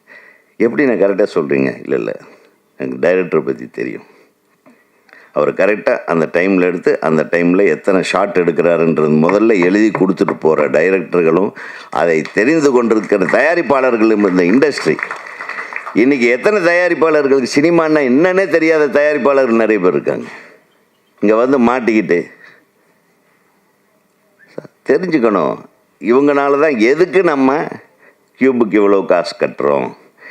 கியூபுன்னா என்னன்னே தெரியாத தயாரிப்பாளர்கள் தான் இங்கே இருக்காங்க. ஸோ நீங்கள் பேசுகிறீங்க தம்பி, இது இந்த மேடையில் பேசுகிற, நீ நேராக தயாரிப்பாளர் சங்கத்துக்கு போயிட்டு அவங்கள எல்லாத்தையும் ஒரு மீட்டிங் போட்டு பாரு. அது ஈசி மெம்பர் இருக்கிறப்ப ஈசி மீட்டிங் நடக்க போகுது. இன்னும் கொஞ்சம் ஒரு பேப்பரில் கூட எழுதி கொடுத்துரு என்னென்ன பேசணும்னு. ஸோ சினிமா காப்பாற்றப்பட வேண்டும். நான் என்ன சொல்ல வரேன்னா, நானும் ஈசி மெம்பராக இருந்தேன். ஒரு 10-15 ஒரு 5 தடவை 4 தடவையோ இருந்தேன். 5ஆவது தடவை இருந்தால் தான் திருப்பி என்னை நிற்க முடியும், இல்லைன்னா நிற்க முடியாதுன்னு சொல்லி என்னை விரட்டி அடிச்சாங்க. நான் ஒருத்தன் தான் கொஞ்சம் குரல் கொடுத்துட்டு இருந்தேன், அதையும் இங்கே எடுத்துக்கிட்டாங்க. நீ கேட்குறிய இந்த கேள்விகள்லாம் நான் கேட்டது. ஒரு புக் மை ஷோவை ஒரு தயாரிப்பாளர் சங்கத்தில் ஒரு சர்வரை வச்சு நம்ம பண்ண முடியாதா? நம்மக்கிட்ட காசு இருந்தால் இயக்குனர் சங்கம் பண்ண முடியும். ஆனால் அதுக்குள்ளே ஒரு சின்ன வியாபாரம் இருக்குது. அந்த புக் மை ஷோவில் விற்கிற டிக்கெட்டில் வர்ற வருமானம், ஒரு டிக்கெட்டுக்கு 30 ரூபாய்னு வாங்குறாங்கன்னு சொல்கிறீங்களே, அந்த 30 ரூபாயில் யார் யாருக்கு கமிஷன் போகுதுன்னு ஒரு கணக்கு இருக்குது. அதெல்லாம் ஓப்பனாக சொல்லக்கூடாது, அசிங்கம். நம்ம மூஞ்சியில் நம்மளே வாங்கி பூசுகிற மாதிரி ஆகிடும். ஸோ இதெல்லாம் நிறைய விஷயங்கள், தீர்க்கப்படாத விஷயங்களை தீர்த்து வைப்பதை விட்டு தேவையில்லாத விஷயங்களை கிளறிக்கொண்டு நமது தயாரிப்பாளர் சங்கம் இந்த மாதிரி கொஞ்சம் சரியில்லாமல், நீங்கள் செயல்பாடு சரியாக இருந்திருந்தால் நாங்கள்லாம் ஜாலியாக இருப்போம். டைரக்டருக்கு வேலையை நான் ஒரு படம் பண்ணேன், கிழக்கு வாசல்னு ஒரு படம். சத்யஜோதி தியாகராஜன் அவர்கள் தயாரிப்பாளர். நம்ப மாட்டீங்க சார், நான் காலையில் 7 மணிக்கு என் கதவை தட்டுவார், நான் குளிச்சுட்டு வருவேன். குட் மார்னிங் உதயம்பார். பார்த்தா ஒரு ஷார்ட்ஸும் பனியனும் போட்டு, எங்கே சார் கிளம்புனேன், நாங்கள் இப்போ தான் லொக்கேஷன்லேருந்து வர்றோம் பாரு. 6 மணிக்கா? என்ன இல்லை, நீங்கள் எந்த லொக்கேஷனில் ஷூட் பண்ணுறீங்களோ அது வரையிலும் நாங்கள் ஜாகிங் போனோம் நானும் என் பிரதரும். இன்வால்மெண்ட் அவர் அப்படித்தான். சார் இன்றைக்கி 3 சீனா சார்? சொல்ல முடியாது சார், 4 சீனை எடுத்தாலும் எடுப்பேன் சார். 3 சீனே நல்லா எடுங்க சார் அப்படின்ட்டு போயிடுவார். நான் வந்து இந்த 3 சீன் எடுப்பேன், 3 சீன் எடுப்பேன், 4 சீன். எனக்கு அவருக்கு என்ன காட்சிகள் எடுக்கிறோம் அப்படின்றத முதல்லையே படப்பிடிப்புக்கு போகிறதுக்கு முன்னாடியே முழு கதையும் அவர்கிட்ட சொல்லிடுவேன். முழு காட்சியும் சொல்லுவேன். இந்த காட்சி இப்படி தான், இது கொஞ்சம் இதை டெவலப் ஆனாலும் ஆகும், இது கொஞ்சம் கம்மியானாலும் ஆகும், ஜாஸ்தியானாலும் ஆகும். எந்த விதமான இடர்பாடும் இல்லை.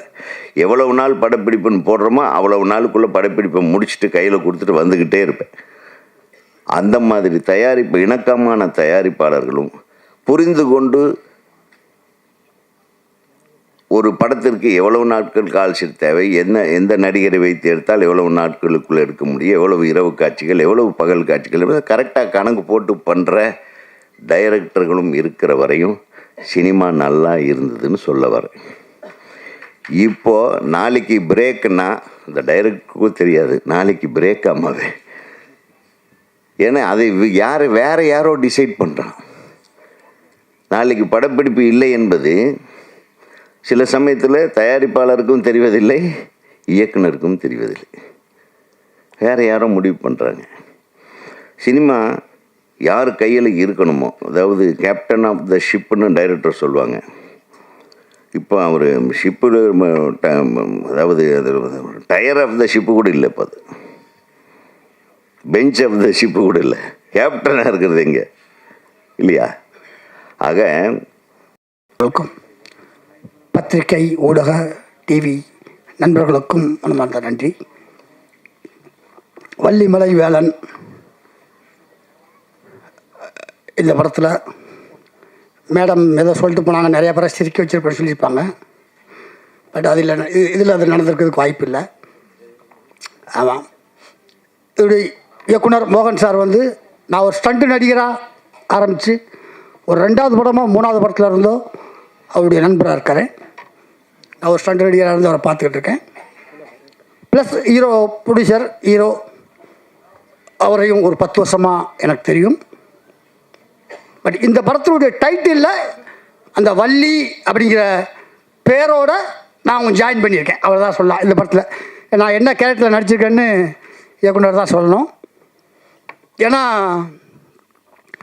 அவர் 250-300 படம் நடிச்சிருந்தாலும் கூட சில படத்தில் ஆசைகள் நிறைவேறும், சில படத்தில் தேவைகள் நிறைவேறும்.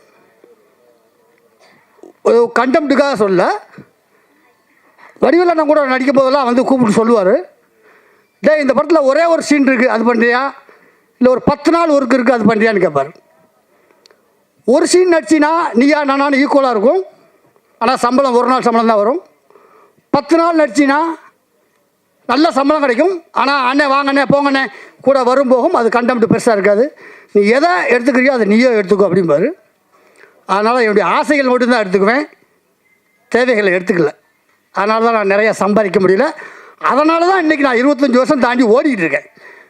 நான் தேவைகளை எடுத்திருந்தேன் அப்படின்னா நான் ஏதோ வீடு வாசல் வாங்கி செட்டில் ஆகியிருப்பேன். பட் இன்றைக்கி என்னுடைய ஆசைகள் மட்டும் எடுத்ததுனால இன்றைக்கும் இளம் கலைஞர்களோடு நான் ஓடிக்கிட்டு இருக்கான ஒரு நல்ல ஒரு வாய்ப்பாக கிடச்சிருக்கு.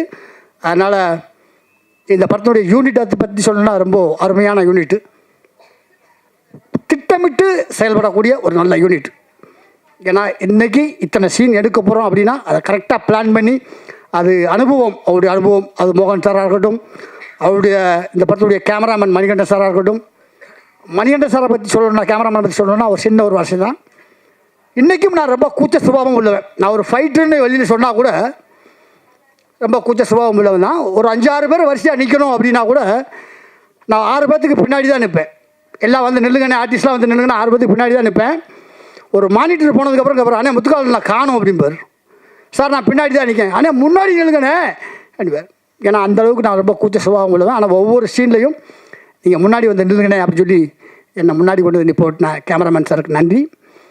இந்த படத்தில் நானும் நல்லா நடிச்சிருக்கேன் அப்படின்னா அது இயக்குனரையே சாரும், கொடுத்த கேரக்டரை சொதப்பியிருக்கேன்னா அது என்னையே சாரும். அதனால் நான் ஏற்கனவே சொன்ன மாதிரி ஆசைகள் இந்த படத்தில் தயாரிப்பாளர் நாகராஜ் சாருக்கு ஆசைகள் நிறைவேறிச்சு. அவர் ஹீரோவாக ஆகணும் அப்படின்னு ஆசைப்பட்டார். அந்த ஆசைகள் நிறைவேறிச்சு. தேவைகள் நிறைவேறணும், போட்ட பணம் திரும்ப வரணும். அதுக்கு நீங்கள் தான், மீடியாக்கள் தான் வந்து நல்ல முறையில் விமர்சனம் கொடுத்து, சின்ன பட்ஜெட் படங்கள்லாம் நீங்கள் தான் நிறையா தூக்கி விட்டுருக்கிறீங்க. நல்ல கண்டெம்ட்டை நீங்கள் உதவி செஞ்சு சப்போர்ட் பண்ணால் தான் இந்த மாதிரி நிறையா புது ப்ரொடியூசர்கள், புது இயக்குனர்கள். இப்போது மோகன் சாருக்கு வந்து உதயகுமார் சார் சொல்லிட்டாரு, மெம்பர் ஆனால் தான் வந்து செருப்பு வாங்கி போட முடியும்னு. ஆல்ரெடி கிட்டத்தட்ட இந்த ஆடியோ லான்ச்சுக்கு வந்துருச்சு. அதனால் ஒத்த செருப்பு போட ஆரம்பிச்சிட்டாரு. இன்னும் ஒரு செருப்பு தான் போடணும், அது ரிலீஸில் போட்டுருவார். அதனால் இந்த படம் மாபெரும் வெற்றி அடையணும். எல்லோரும் தேட்டரில் வந்து பாருங்கள். இதுக்கு மீடியா சப்போர்ட் பண்ணணும் கேட்டுக்கிறேன். நன்றி, வணக்கம். Thank you so much sir. அடுத்ததாக சின்னத்திரை இயக்குனர் சங்க தலைவர் திரு மங்கை ஹரிராஜன் அவர்களை பேசுமாறு அன்புடன் அழைக்கிறோம்.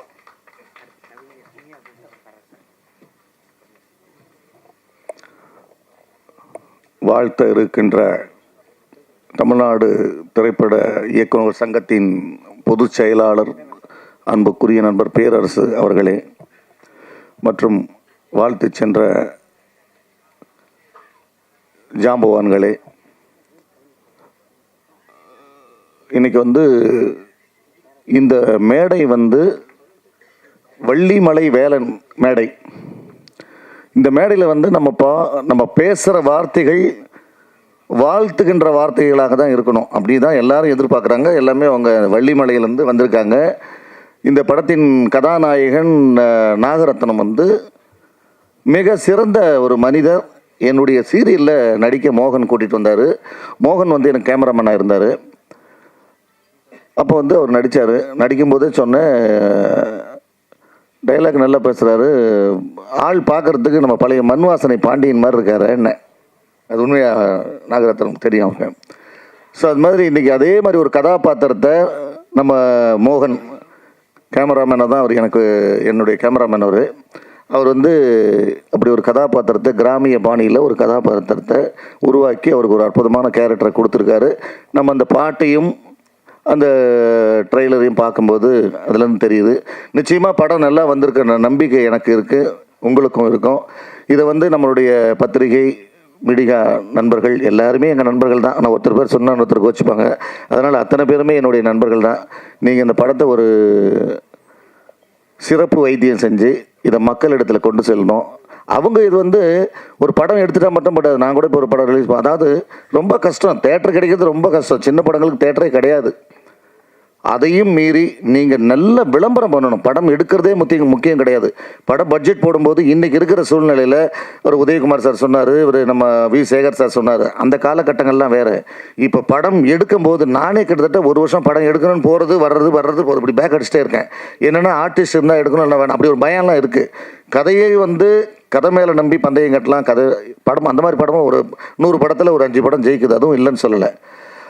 ஆனால் இன்றைக்கி வந்து கிட்டத்தட்ட 35 வருஷம் 37 வருஷமாக இந்த ஃபீல்டில் இருக்கோம். நமக்கு இன்னமும் அந்த பயம் வந்துக்கிட்டே இருக்குது.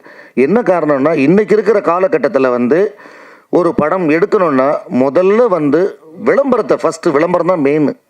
விளம்பரம் இருந்தால் மட்டும்தான் அந்த டிஸ்ட்ரிபியூட்டர் திரும்பி பார்க்குறாங்க, தேட்டருக்காரங்க திரும்பி பார்க்குறாங்க, ஒரு மீடியேட்டர்ஸ் அந்த கொண்டு போகிற மீடியேட்டர்ஸ் திரும்பி பார்க்குறாங்க. முதல்ல விளம்பரத்துக்கு ஒரு பெரிய நீங்கள் வந்து விளம்பரத்தை உருவாக்கணும்.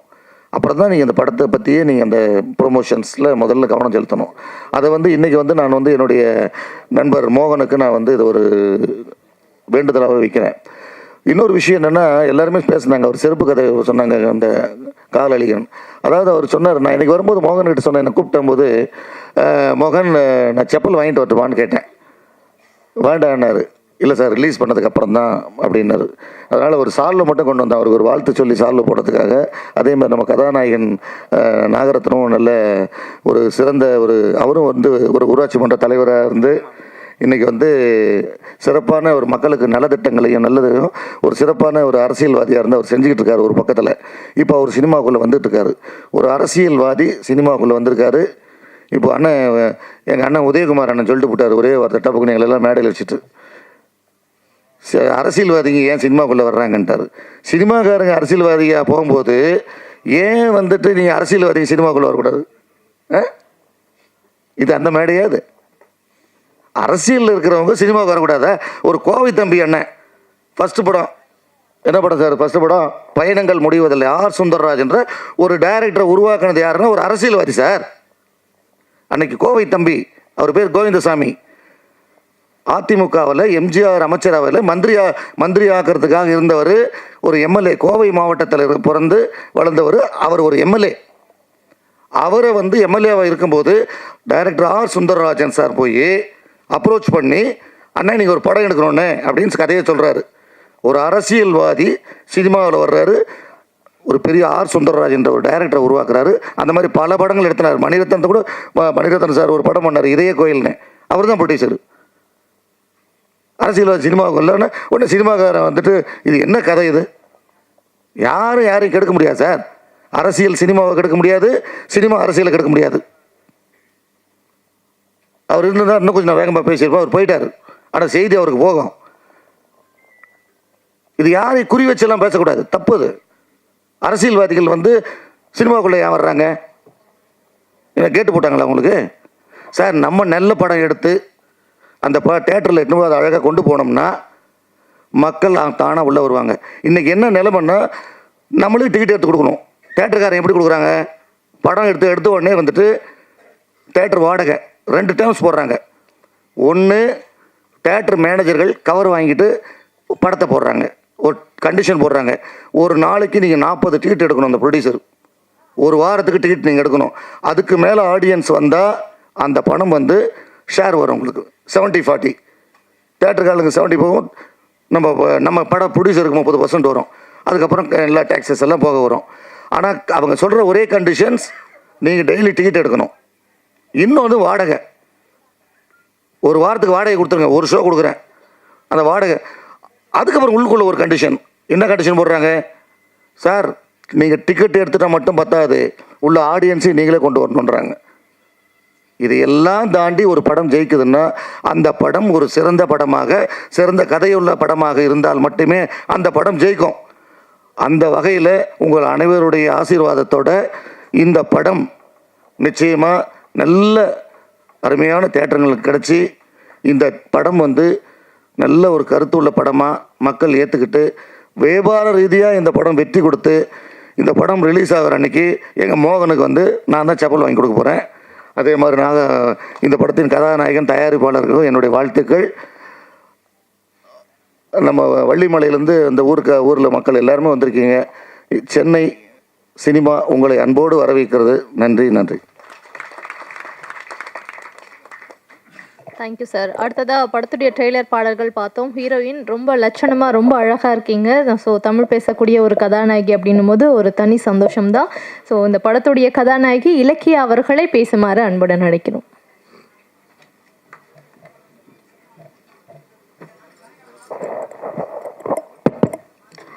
இறைவனுக்கு வணக்கம். இங்கே எங்கள் படத்தை வந்து நீங்கள் பார்த்து ப்ரொமோட் பண்ண வந்த எல்லாருக்கும் ரொம்ப நன்றி. என் ஸ்டேஜில் உட்காந்துருக்க எல்லாருக்குமே ரொம்ப ரொம்ப ரொம்ப நன்றி. வணக்கத்தை கூறி என்னோட உரையை வந்து நான் ஸ்டார்ட் பண்ணிக்கிறேன். உங்களுக்குலாம் ஓகேனா நான் கொஞ்சம் நேரம் பேசிக்கலாமா சார்? ஏன்னா இது எனக்கு கிடைத்த வந்து ஃபஸ்ட்டு வாய்ப்பு. ஸோ அதை தவறி விட்டுட்டு நான் பேசாமல் அங்கே போய் உட்காந்துட்டு வந்து ஃபீல் பண்ணிகிட்டு இருந்தேன். எந்த ப்ரோஜனமே கிடையாது. அதனால் இந்த மேடையை வந்து நான் வந்து பயன்படுத்திக்கணும் அப்படின்னு நினச்சிக்கிறேன். நான் இலக்கியா, காவேரி பாய்ந்தோடும் மண்ணில் பிறந்து திருச்சியில் பிறந்து சென்னையில் வளர்ந்து இப்போ இந்த பிரசாத் ஸ்டூடியோவில் என்னோட டெபியூட் மூவி அஸ் அ ஹீரோயினாக நான் வந்து இங்கே நிற்கிறேன். அதுக்கு வந்து ஃபஸ்ட்டு ரொம்ப பெரிய தேங்க்ஸ் சொல்லிக்கிறேன். அண்டு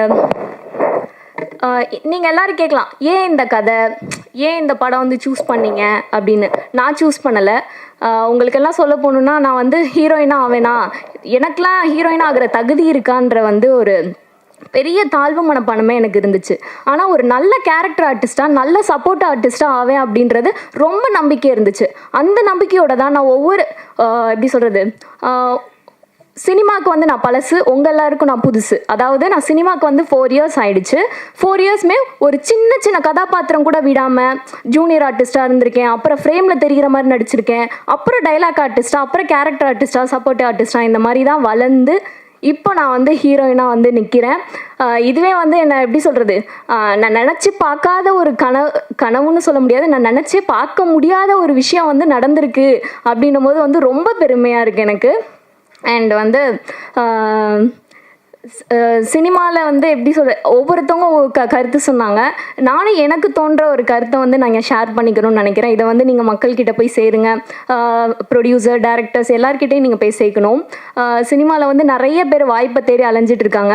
அவங்களுக்குலாம் வந்து வாய்ப்பு வந்து எப்படி சொல்கிறது, அவங்க போய் தேடி கேட்டாலுமே வந்து வாய்ப்புகள் வந்து கிடைக்க மாட்டுது. ஏன் அப்படின்னா அவங்க இப்போலாம் ஈஸியாக வந்து ஷார்ட்கட்டாக போயிடுறாங்க. ஒரு ஷார்ட்கட்டாக அவங்களுக்குள்ள ஒரு குட்டி சர்க்கிளாக வச்சுட்டு அவங்களுக்கான ஒரு வாய்ப்பை தான் வந்து கொடுத்துட்ருக்காங்க. இந்த நிலைமை வந்து கண்டிப்பாக மாறணும். ஏன்னா எவ்வளவோ திறமையான ஆர்டிஸ்ட்டுங்க இருக்காங்க, எவ்வளவோ நிறைய படம் பண்ணி இப்போ சமீபத்தில் அவங்களுக்கு வாய்ப்பு இல்லாமல் நிறைய பேர் இருக்காங்க. அவங்கள எல்லாரையும் தேடி போய் நீங்கள் வந்து அவங்களுக்குலாம் வாய்ப்பு கொடுக்கணும். இப்போ ஈஸியாக வந்து இன்ஸ்டாகிராம் இன்ஃப்ளூயன்சர், யூடியூபர்ஸ் அப்படின்னு சொல்லிட்டு அவங்க எல்லாரும் ஈஸியாக வாய்ப்பு எடுத்துக்கிறாங்க. அவங்களுக்கும் நீங்கள் வாய்ப்பு கொடுக்கலாம், நான் கொடுக்க வேணான்னு சொல்லலை. அவங்களில் யார் சினிமாக்குன்னு உண்மையாக உழைச்சி சினிமாக்காக யார் வந்து எஃபர்ட் எடுத்துக்கிறாங்களோ அவங்களுக்கு அந்த வாய்ப்பை கொடுங்க. இது வந்து டேரக்டர்ஸ், ப்ரொடியூசர்ஸ், நீங்கள் அந்த கேஸ்டிங் கால் அந்த மாதிரிலாம் போகிற அந்த டீம்ஸ்க்கெலாம் வந்து இது கண்டிப்பாக போய் சேரணும்னு நினைக்கிறேன். அந்த மாதிரி வாய்ப்பை தேடி அலைஞ்ச ஒரு பொண்ணு தான் நான். இந்த படத்தில் வந்து ஹீரோயினாக வளர்ந்து நிற்கிறேன். இந்த படத்தில் எப்படி சொல்லணும்னா, எனக்கு வந்து வில்லேஜ் கேரக்டரில் நடிக்கணும்னு ரொம்ப பிடிக்கும். யூஸ்வலாக நம்ம இருக்கிறத விட ஒரு வில்லேஜ் ஒரு கெட்டப்பில் ஒரு மண் வாசனையோட கலந்த ஒரு லுக்கில் அந்த மண்ணோட மண்ணாக கலந்து அதுக்கேற்ற மாதிரி நம்மளே மாற்றிட்டு அந்த கதாபாத்திரத்திலே நடிக்கிறது வந்து எனக்கு ரொம்ப பிடிக்கும். அந்த மாதிரி அமைஞ்சது தான் இந்த வள்ளிமலை வேலன். இந்த வாய்ப்பு வந்து எனக்கு நான் டோர்னமெண்ட்டில் இருந்தப்போ, பூனேயில் இருந்தப்போ எனக்கு கால் வந்தது.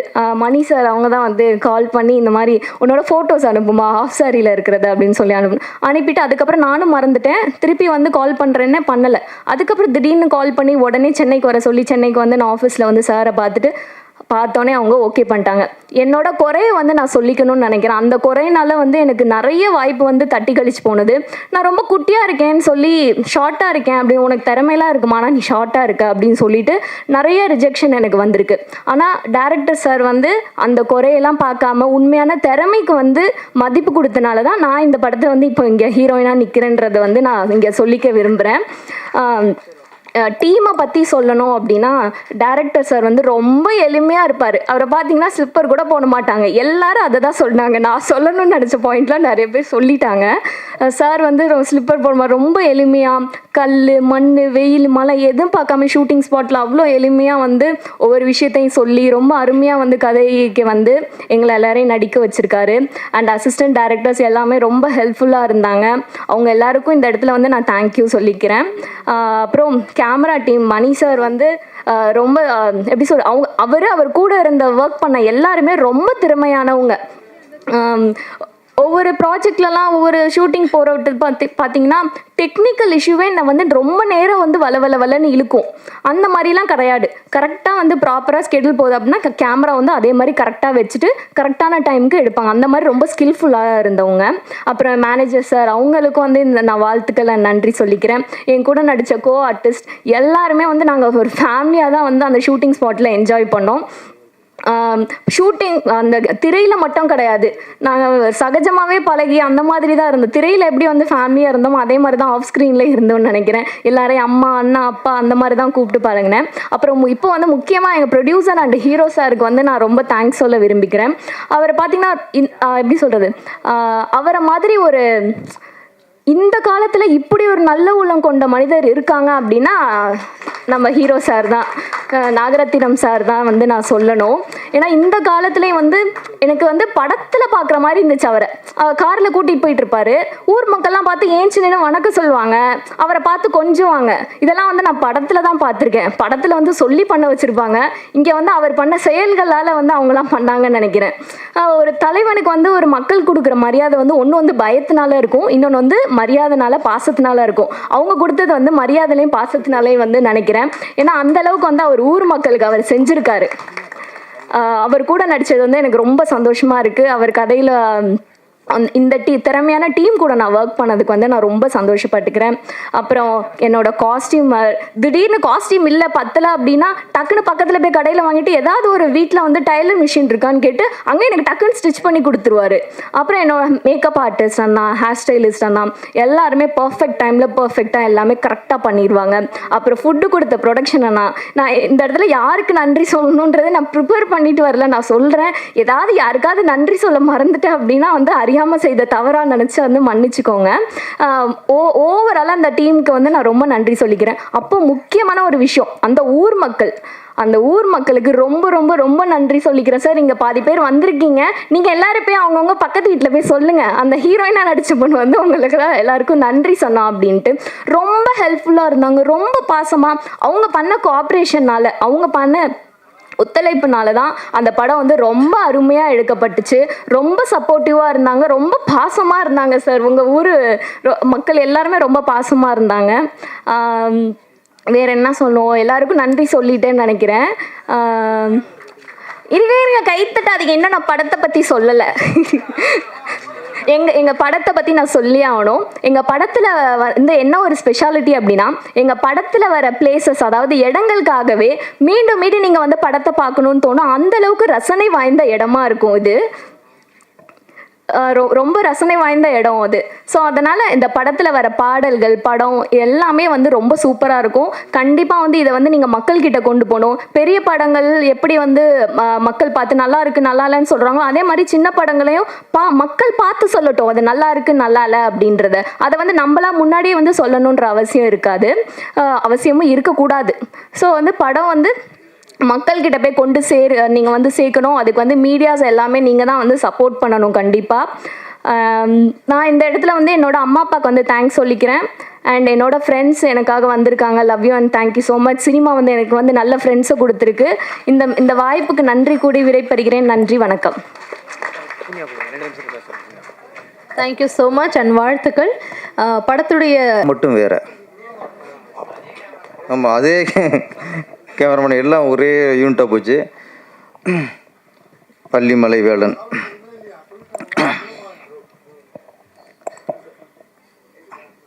எப்போவுமே நம்ம எதிர்பார்க்குறது தான். ஆர் உதயகுமார் சார் கொஞ்சம் அதிகம் பேசுவார், பிசிஎஸ் சார் அதை விட அதிகம் பேசுவார். இது எப்போ எதிர்பார்த்தது தான். ஹீரோனி இவ்வளோ பேசுவாங்கன்ட்டு எதிர்பார்க்கல, ஷாக் ஆகிட்டேன். எல்லாம் வருவாங்க, வாய்ப்பு கொடுத்துட்டு பிடிச்சிருக்கு நன்றி, டேரக்டருக்கு நன்றி, மீடியாக்கெல்லாம் நீங்கள் தான் எங்களை அங்கே கொண்டு சேர்க்கணும், மக்கள்கிட்ட சேர்க்கணும், எல்லாருக்கும் நன்றி, இவ்வளோதான் பேசுவாங்க. நீங்கள் சீக்கிரம் அரசியல் போயிடலாம், இன்னொரு தெளிவாக பேசுகிறீங்க. ஓகே, உங்களுடைய கான்ஃபிடண்ட்டுக்கு வாழ்த்துக்கள். அந்த உயரம் வந்து இங்கே பிரச்சனை இல்லை, பொய்யா சொல்லிப்பாங்க. அது அப்படி சொல்லுவாங்க சினிமாவில். உங்களை வந்து வளவிடாமல் பண்ணுவாங்க. அப்படி என்ன இதுக்கு பிறகு ரேவதி பேச உயரம் இல்லை, ரோஹிணி மேடம்லாம் உயரம் இல்லை. இன்றைக்கெலாம் ரேவதியோட யார் சாதிச்சிருக்கா? அதை சொல்கிறேன். அதெல்லாம் மைண்டில் வைக்காதீங்க. உங்களுக்கு உங்கள் திறமையில் நம்பிக்கை வைங்க, வந்துடுவீங்க. நீங்கள் பாருங்கள், படிப்படியாக வந்திருக்கீங்க. இதே சாதனை தானே, அதில் பெருமைப்படுங்க. நீங்கள் அவங்க 1000 சொல்லுவாங்க, விட்டுருங்க அதை. ஓகே, பெரிய ஹீரோனாக இருக்குது, வாழ்த்துக்கள். வள்ளிமலை வேலன், மாட்டுக்கார வேலன், எங்கள் வீட்டு வேலன், சிங்கார வேலன், வருவான் வடிவேலன். வேலன்னாலே சினிமாவிலே பவர் தான். இப்போ வள்ளிமலை வேலன், உதயகுமார் சார் சரி, விசேகர் சார் சரி சொன்னாங்க, இப்போ முருகன் சீசனாங்க. என்ன சீசன்? மாம்பழமா அது? பலாப்பழமா இது? மாம்பழ சீசன், பலாப்பழ சீசன் சொல்கிறதுக்கு முருகரியா? என்றைக்குமே ஒரு சீசன் தான் அவர். என்றைக்குமே முருகன பவர் தான். அவர் சீசன் இல்லை, எவர் கிரீன் அவர். இப்போதைக்கு அவர் தான் சூப்பர் ஸ்டார். எப்போதைக்கும் அவர் தான் சூப்பர் ஸ்டார். நல்லா படத்தில் அதிகமாக முருகரை பற்றி படங்கள் அது அதிகமாக வரும், நல்லாயிருக்கும். நல்லா மதுரை வந்து முன்னாடி அரசியல்வாதிகளுக்கு வந்து மாநாடு போகிறதுக்கெலாம் சிறந்த இடமா இருந்துச்சு. இன்றைக்கி வந்து முருகருக்கு மாநாடு போகிறதுக்கே மதுரை சிறந்த இடமாக இருக்குது இன்றைக்கி. ஆனால் முருகர் என்றைக்குமே நம்பியவரை கைவிட மாட்டார். நீங்கள் முருகனை நம்பியிருக்கீங்க, கைவிட மாட்டார். நம்ம இயக்குனர் மோகன் இன்னைக்கு பேசும் பொருள் ராமருடைய பாதுகையை பரதம் வாங்கிட்டு வந்து கூட அவள் பேசலை. இன்னைக்கு வந்து இவர் செருப்பு போட்ட விஷயத்த இன்னைக்கு பெரிய டாப்பிக்காக போயிடுச்சு. நான் அதிசயம்தான். ஒரு லட்சியம், ஒரு கொள்கை, இதை அடைவுன்னு சொல்கிற நம்பிக்கை உள்ளே வந்து அதை செய்வான். நம்பிக்கை இல்லாத செய்ய மாட்டான். அவன் சாக்கு சூளம் போடுவான். நம்மளால் முடியும், அது வரைக்கும் செருப்பு போட மாட்டேன் அப்படின்னா அந்த நம்பிக்கை. உங்களுக்கு நீங்கள் டைரக்டர் ஆகிட்டீங்க சார். என்றைக்கு கதை கிடைக்கிற இயக்கம் எஸ் மோகன் அப்படின்னு வச்சோ அப்போவே உங்களுக்கு முருகன் உங்களுக்கு எஸ் சொல்லிட்டாரு. அதான் நீங்கள் எஸ் மோகன். நான் சொல்கிறேன், நீங்கள் 30 வருஷமாக அந்த செருப்போட காரணம் என்ன தெரியுமா? முருகர் நீங்கள் வச்சுருக்க டைட்டில். வள்ளிமலையை நோக்கி நீங்கள் போகணும், அது வந்து ஒரு யாத்திரை. அந்த யாத்திரையில் போகும்போது யாரும் செருப்பு போட மாட்டாங்க. அப்போ நீங்கள் இந்த வள்ளிமலை முருகரை நோக்கி நீங்கள் யாத்திரையை 30 வருஷமாக பண்ணியிருக்கீங்க. 3 மாதமாக செருப்பு போடாமல் யாத்திரை பண்ணாலே முருகர் அப்படி பண்ணுவார், தூக்கி வைப்பார். 30 வருஷமாக நீங்கள் முருகர் நோக்கி யாத்திரை பண்ணியிருக்கீங்க. கைவிட மாட்டார் சார். முருகர் வந்து கைவிட மாட்டார். வள்ளிமலை ஹீரோ அவருடைய கிராமத்து நாயகன். ஆமாம், அவரே தயாரிப்பு, அவரே கதாநாயகன். அந்த கிராமத்துக்கான தோற்றம், கதைக்கான உருவம் எல்லாம் கரெக்டாக இருக்குது. நீங்கள் நல்லா இருக்கீங்க மேடம். அந்த கேரக்டருக்கு ஏற்ற மாதிரி எங்கள் ஊரில் நிறைய வள்ளி திருமணம் நாடகம் போடுவாங்க. திருவிழா வந்துட்டால் போதும், வேறு எந்த நாடகமும் இல்லை, வள்ளி திருமணம் நாடகம் போடுவாங்க. அது எங்கள் ஊர் மக்கள் இருக்காங்களே, எங்கள் ஊரும் எல்லாரும் மக்களும் அந்த வள்ளி திருமணம் நாடகத்தை தான் 30 வருஷம் பார்த்துருப்பாங்க. 30 வருஷம் அதே நாடகம், அதே வருஷம் அதே டேலாக் போயிட்டுருக்கோம். ஆனால் இப்போ போட்டால் இன்னும் ஃபஸ்ட் டைம் பார்க்குற மாதிரியே ஃபஸ்ட்டு உட்காந்துருவாங்க துண்டுலாம் போட்டு. இப்போ தான் ஃபஸ்ட்டு பார்க்குற மாதிரியே, நான் ரஜினி படத்தை விஜய் படத்தை ஃபஸ்ட் நாள் பார்க்குற மாதிரி. அதில் வேலன் வேடன் விருத்தன் அப்படின்னு யார் ராஜபட்டு யாரோ அவங்க பேரை போடுறதுக்கு போடுவாங்க. வேலன் வேடன் விருத்தன். டைட்டில் வள்ளி திருமணம். இதில் வேடன் விருத்தன் நடிப்பவர் உடையப்பா முத்தப்பா அப்படின்னு பேர் போடுவாங்க. அதனால இது வள்ளிமலை அப்படின்னாலே வேலை வந்துடணுங்க. ஒரு டைலாக் இருந்துச்சுல, வேலன் தான் மாப்பிள்ளைன்னா பொண்ணு வேறு யார்? வள்ளி தான், அதானே? ஆமாம். அப்புறம் வள்ளியும் வெற்றி சேர்ந்துட்டாலே வெற்றி தான். இந்த படம் மிகப்பெரிய வெற்றியுடைய வாழ்த்துக்கள். நன்றி, வணக்கம்.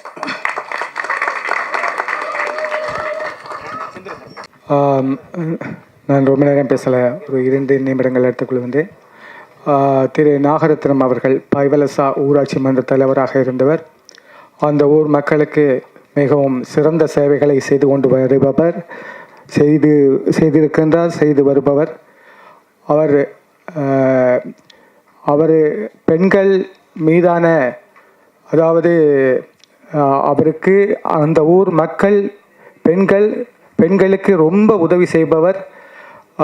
அவர் ஒழுக்க சீலர், தனி மனித ஒழுக்கம் அவரிடம் இருக்கின்றது. அதுக்கு ஒரு உதாரணம், தன்னுடைய காரினுடைய ஒரு பக்கத்து சீட்டில் வந்து யாரையும் ஆம்பளையில கூட உட்கார விடுறதில்லை, ஒன்லி அவரோட ஒய்ஃபை மட்டும்தான் உட்கார விடுவார். அப்படிப்பட்ட ஒரு தனி மனித ஒழுக்க சீலர். அவருக்கு வாழ்த்துக்கள். இந்த படத்தை நடித்த அவருக்கு வாழ்த்துக்கள். அதே போல் திரு மோகன், இயக்குனர் மோகன், என்னால் என்னுடைய படத்துக்கும் அவர் கேமராமேனாக இருந்திருக்கின்றார். அந்த வேளையிலே நான் பார்த்து ரொம்ப கஷ்டப்படுவேன். என்னென்னா காடு மேடு கல் முள் எல்லாத்துலேயும் இரவு பகல் ஒரு 12 மணி கூட வெறுங்காலோட அவர் போய் கேமரா பண்ணும்போது ரொம்ப வலிக்கும், இது பண்ணும், ரொம்ப நம்மளுக்கே மனசு வலிக்கும். இவர்கள் என்ன சொன்னாலும் இங்கே மேடையிலே சில பேர் சொன்னார்கள். ஆனால் நான் இன்று அந்த இதை வந்து அவர் விட வேண்டும், இன்றிலிருந்து அவர் காலணி அணிய வேண்டும் என்று சொல்லி மேடையில் உள்ள அனைவரின் முன்பாக அவருக்கு காலணியை கொடுத்து உதயகுமார் சார் மற்றும் பேரரசு சார் மற்றும் மேடையில் இருக்கக்கூடிய சிறப்பு விருந்தினர்கள் அனைவரும் இணைந்து வெளியிட வள்ளிமலை வேலன் படக்குழுவினர் பெற்றுக்கொள்கிறார்கள்.